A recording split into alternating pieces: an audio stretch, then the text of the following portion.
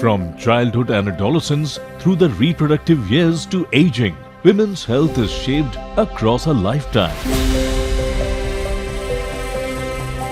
India has made important progress, particularly in maternal and reproductive health. Yet, as disease patterns evolve, the limit of a system focused narrowly on fertility and maternity are becoming clear. Today, non-communicable diseases account for a growing share of women's morbidity and mortality. Mental health conditions, cancers, diabetes and cardiovascular disease increasingly shape health outcomes across the life course.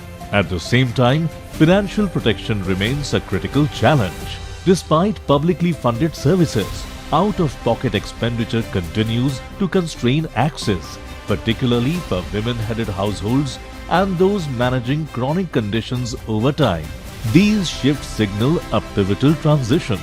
Women's health must be understood not as a set of isolated interventions, but as a continuum requiring prevention, early detection, continuity of care and sustained system support.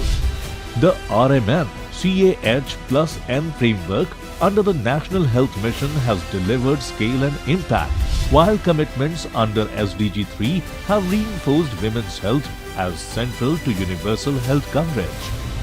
Innovation is accelerating this shift when it strengthens systems. India's digital health ecosystem under the Ayushman Bharat Digital Mission has expanded rapidly, enabling continuity of care, data integration, and access to services across geographies.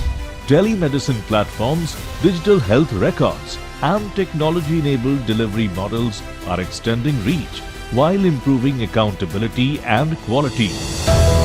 Partnerships between government, academia, and industry are enabling affordable, scalable solutions that respond to real-world constraints, and the next phase of progress will be defined not by expansion, but by how systems perform.